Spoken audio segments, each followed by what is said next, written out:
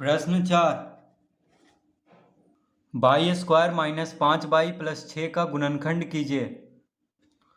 तो प्रश्न 4 में है by square minus 5y plus 6, by square minus 5y plus 6 का गुणनखंड करना है। तो यहाँ पे मध्य पद में क्या है?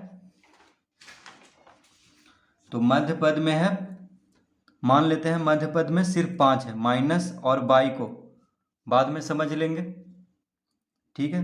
तो जो संख्या है उसको बस लिख लेते हैं 5। तो मान लेते हैं कि मध्य पद में क्या है, 5 है। तो देखिए सिर्फ संख्या को लिख लेंगे यहाँ पे, और चिन्ह ये सब को बाद में हम समझेंगे कैसे लगाना है। अब देखिए यहाँ पे अंतिम पद यानी तीसरा पद में 6 है और पहला पद में कोई संख्या नहीं है, यहाँ पे सिर्फ बाई स्क्वायर है। तो ये दोनों को गुना किया जाता है, तो 6 बाई स्क्वायर हो गया।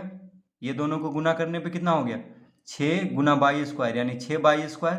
तो सिर्फ संख्या को हम लिखेंगे 6, यानी जोड़ करके 5 लाना है, गुना करके 6 लाना है। तो देखिए 3 दूना 6 होता है, यानी 3 को 2 से गुना करने पे 6 आता है, ठीक है। तो गुना करके 6 लाना था, तो 3 को 2 से गुना करने पे 6 आता है, और 3 में अगर 2 को जोड़ दें तो 5 आ जाता है। तो कौन कौन हम ले लेंगे, 3 और 2 को लेंगे। तो हम यहाँ पे लिख लेंगे by square 2 by 3 by plus 6। अब यहाँ पे दोनों के साथ चिन्ह क्या लगेगा, तो यहाँ देखिए माइनस 5 बाई है, माइनस 5 बाई है, यानी तो दोनों को माइनस में लेंगे, तभी -3 और -2 क्या आएगा, -5। तो -2 बाई -3 बाई क्या हो जाएगा, -5 बाई। और ये दोनों को गुना करेंगे तो क्या हो जाएगा, माइनस माइनस प्लस, 3 दूना 6 बाई स्क्वायर। तो देखिए प्लस में ही लाना था, 6 बाई स्क्वायर। तो इस तरह से हम लिख लेंगे। अब बाई स्क्वायर -2 बाई में, तो बाई स्क्वायर -2 बाई में बाई कॉमन ले लेंगे। तो बाई स्क्वायर -2 बाई में बाई कॉमन ले लेंगे, क्योंकि बाई यहाँ भी है, बाई यहाँ भी है, तो बाई का घात 2 है, ठीक है। तो बाई कॉमन ले लेंगे तो क्या बचेगा, बाई। अब इसमें से देखिए बाई कॉमन ले लिए हैं, तो क्या बचेगा, 2। अब यहाँ पे चिन्ह कौन सा देंगे, तो यहाँ माइनस है, ये प्लस में है। देखिए यहाँ माइनस है और ये जो बाई है वो प्लस में है, तो माइनस प्लस क्या होता है, माइनस, यानी यहाँ पे माइनस देंगे, ठीक है। तो इन दोनों में बाई कॉमन लेने पे क्या हो गया, by Guna by -2, by common ले लिए थे तो यहाँ पे 2 बचेगा, और यहाँ पे बाई का घात 2 है, यानी बाई लिख लेंगे। अब इन दोनों में 3 के पहाड़ा में 6 आता है, तो 3 कॉमन ले लेंगे, यानी -3, क्योंकि यहाँ पे माइनस का चिन्ह है 3 के पहले। तो -3 जब कॉमन हो गया तो बाई को लिख लेंगे यहाँ पे, और 3 दूना 6 होता है, यानी 2 लिख लेंगे। अब यहाँ पे चिन्ह कौन सा देंगे, तो यहाँ प्लस है, यहाँ माइनस है। देखिए प्लस माइनस क्या होता है, माइनस। तो इस तरह लिख लेंगे। अब यहाँ पे बाई -2 बाई के साथ भी गुना हो रहा है, और बाई -2 -3 के साथ भी गुना हो रहा है। तो बाई -2 बाई के साथ भी गुना हो रहा है, और बाई -2 -3 के साथ भी गुना हो रहा है। तो बाई -2 को कॉमन ले लेंगे। तो बाई -2 को कॉमन ले लिए, तो क्या बच गया, यहाँ पे देखिए बाई, इसको यहाँ पे लिख लेंगे, और -3 को यहाँ पे लिख लेंगे। तो इसका गुणनखंड यानी बाई स्क्वायर -5 बाई प्लस 6 का गुणनखंड क्या हो जाएगा, बाई -2 गुना बाई -3। तो इस तरह से प्रश्न 4 हल करेंगे।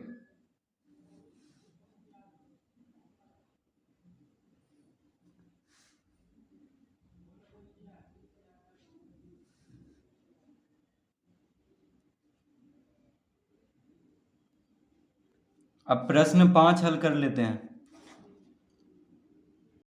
तो प्रश्न 5 में है मध्य पद को विभक्त करके 6x² + 17x + 5 का गुणनखंड कीजिए। तो प्रश्न 5 में है 6x² + 17x + 5 तो ये है प्रश्न 6x² + 17x + 5। तो मध्य पद को विभक्त करके, तो मध्य पद कौन है यहाँ पे 17x है, यानी मध्य पद को इस तरह से तोड़ना है कि गुना करने पे कितना आ जाए 6 × 5 = 30, यानी गुना करने पे 30 आ जाए और जोड़ने पे 17 आ जाए। कितना है यहाँ पे 17x है, तो सिर्फ 17 लिख लेंगे समझने के लिए, यानी संख्या को। तो जोड़ करके 17 लाना है, क्योंकि देखिए यानी जोड़ करके या घटा करके 17 लाना है। मध्य पद में क्या है 17, तो जोड़ करके या घटा करके 17 लाना है। और गुना करके किसको लाना है, तो पहला पद में क्या है संख्या 6 है, और अंतिम पद में यानी तीसरा पद में संख्या क्या है 5 है। तो 6 × 5 क्या होता है 30। तो यहाँ पे देखिए पहला पद में संख्या में 6 है और अंतिम पद यानी तीसरा पद में संख्या में 5 है, तो इन दोनों को गुना करेंगे तो 6 × 5 = 30, यानी गुना करके हमको 30 लाना है और जोड़ करके या घटा करके 17 लाना है। तो किसको किसको लेंगे, तो यहाँ पे हम ले लेंगे, देखिए 15 × 2, 15 × 2 30 होता है, 15 दूना 30, और 15 में अगर 2 जोड़ दें तो 17 हो जाता है। तो कौन कौन हम लेंगे 15 और 2 लेंगे। ऐसे भी देखिए अगर 5 और 6 को गुना कर दे तो भी 30 आ रहा है, लेकिन 5 और 6 को जोड़ने पे कितना आएगा 11, जो कि गलत है क्योंकि हमें लाना है 17। तो 5 और 6 को नहीं लेंगे, ठीक है, ये गलत नहीं मतलब सही है, लेकिन 5 और 6 को नहीं लेंगे क्योंकि हमें लाना है 17, जोड़ करके और गुना करके 30 लाना है।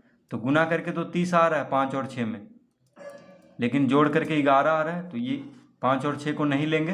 तो किसको लेंगे 15 और 2 को लेंगे, क्योंकि गुना करके 30 आ रहा है और जोड़ करके कितना आ रहा है 17 आ रहा है। तो हम यहाँ पे लिख लेंगे 6x² + 15x + 2x + 5। तो 17x को हम इस तरह लिख लेंगे, 17x को 15x + 2x लिख लेंगे, क्योंकि 15x + 2x क्या हो जाएगा 17x, और इन दोनों को गुना करने पे 15 दूना 30, x × x x² यानी 30x², जो कि आ रहा है इन दोनों को गुना करके, देखिए 6 × 5 = 30x², ठीक है। तो इस तरह लिख लेंगे। अब यहाँ पे 6x² + 15x में तो 3 के पहाड़ा में दोनों आता है, 3 दूना 6, 3 × 5 = 15, तो 3 कॉमन ले लेंगे। x यहाँ भी है, x यहाँ भी है, तो x को भी कॉमन ले लेंगे। तो 3x को कॉमन ले लिए। अब यहाँ पे x का घात 2 है, x का घात 2 है, ठीक है। तो x कॉमन लिए हैं तो x बच जाएगा यहाँ पे, प्लस, अब यहाँ प्लस है और ये भी प्लस है तो प्लस का चिन्ह देंगे। 3 × 5 = 15 होता है, तो यहाँ पे 5 लिख लेंगे। x तो कॉमन ले चुके हैं तो x नहीं लिखेंगे क्योंकि x कॉमन ले चुके हैं। अब 2x + 5 में देखिए, माफ़ कीजिए, यहाँ पे देखिए 2 होगा, ठीक है। क्यों 2 होगा, क्योंकि 3 दूना 6 होता है, तो यहाँ पे 2 लिख लेंगे। तो यहाँ पे हम इस तरह लिख लेंगे, देखिए 3x कॉमन लिए थे तो 3 दूना 6 होता है, तो 2 लिख लेंगे, और x का घात 2 है तो x बच जाएगा, यहाँ पे x ही कॉमन लिए हैं सिर्फ। अब 3 × 5 = 15, 3 × 5 = 15 होता है और x कॉमन ले लिए हैं, इस तरह लिख लेंगे।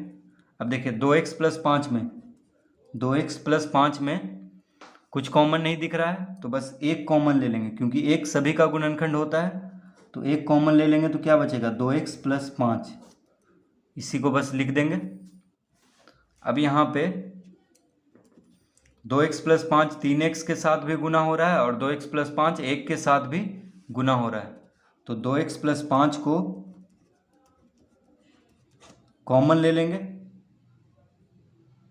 तो 2x + 5 जब कॉमन ले लिए तो क्या बच गया 3x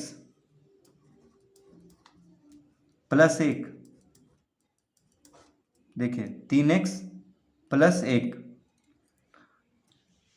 तो इसका गुणनखंड क्या हो गया 6x² + 17x + 5 का गुणनखंड हो गया 2x + 5 × 3x + 1। क्या हो गया इसका गुणनखंड 2x प्लस 5 गुना 3x प्लस 1। तो इस तरह से प्रश्न 5 हल करेंगे।